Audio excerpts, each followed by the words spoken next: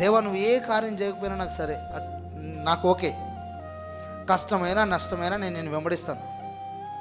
ఇబ్బంది అయినా బాధ అయినా ఇరుకైనా, నువ్వు ఏ అద్భుతం చేయకపోయినా సరే, తినడానికి తిండి లేని పరిస్థితి వచ్చినా సరే, బంధువులు తిరస్కరించినా సరే, కుటుంబం బాగలేకున్నా సరే, ఆరోగ్యం సహకరించకపోయినా సరే, ఏది ఏమైనా సరే ప్రభువా, నువ్వు ఏ కార్యం జరిగించకపోయినా సరే, నేను మాత్రం నిన్నే వెంబడిస్తాను, నీ వైపు చూస్తాను, నేను సమర్పణగా ఉంటాను, ఏది ఏమైనా సరే ప్రభువా అని ఎప్పుడైనా ప్రార్థన చేసావా? ఇప్పుడు వచ్చే క్రైస్తవులు ఎట్లా ఉన్నారు, నమ్ముకునే విశ్వాసులు ఎట్లా ఉన్నారంటే, అద్భుతం జరుగుతూనే దేవుడు.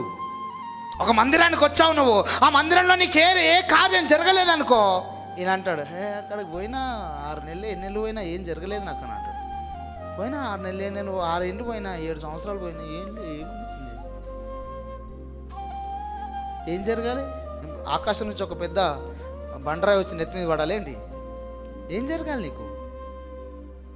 అరే నీకు యేసు ప్రభు నిన్ను రక్షించాడు. ఈ రక్షణ గనక నీకు అర్థమైతే నీకు ఏ కార్యం జరగడం అవసరం లేదు. ఆ రక్షణ కార్యం నీకు అర్థమైతే నీకు ఏ కార్యం జరగడం అవసరం లేదు. అది అర్థం కావాలి ఫస్ట్ నీకు. అరే ప్రభా నేను ఎక్కడో తాగుబోతులా ఉండే, ప్రభా నేను ఎక్కడో పాపంలో ఉండే, వ్యభిచారంలో ఉండే, విస్తారమైన పాపపు కార్యకలాపాల్లో విగ్రహాలను నేను ఉండే, నన్ను రక్షించావు ప్రభా, అందుని బట్టి నీకు స్తోత్రం అని చెప్పలేవు ఒక మాట, నువ్వు అందుని బట్టి నీకు వందనాలు ప్రభా అని చెప్పలేదు అంటావు.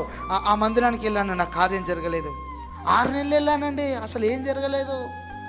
ఇలాంటి విశ్వాసుల కోసం దేవుడు చూస్తున్నాడు, ఇలాంటి వారి కోసం దేవుడు ఆశిస్తున్నాడు. ఒక్కటి గుర్తుంచుకో, నీకు ఏ అద్భుతం జరిగించకపోయినా దేవుడే. నీకు ఎప్పుడైతే మైండ్లో ఎస్ ప్రభా నువ్వు నాకు ఏ చేయకపోయినా చాలు, నాకు అవసరం లేదు, కానీ నేను నిన్ను వెంబడిస్తానయ్యా, నా బ్రతుకు దినములనియు నేను నా ఇంటి వారి యెహోవాని ఎస్ సేవించదమని నువ్వు సమర్పణతో నువ్వు ముందుకెళ్ళు, తెల్లారి నుండి నువ్వు అద్భుతాలు చూస్తావు యేసు నామములో.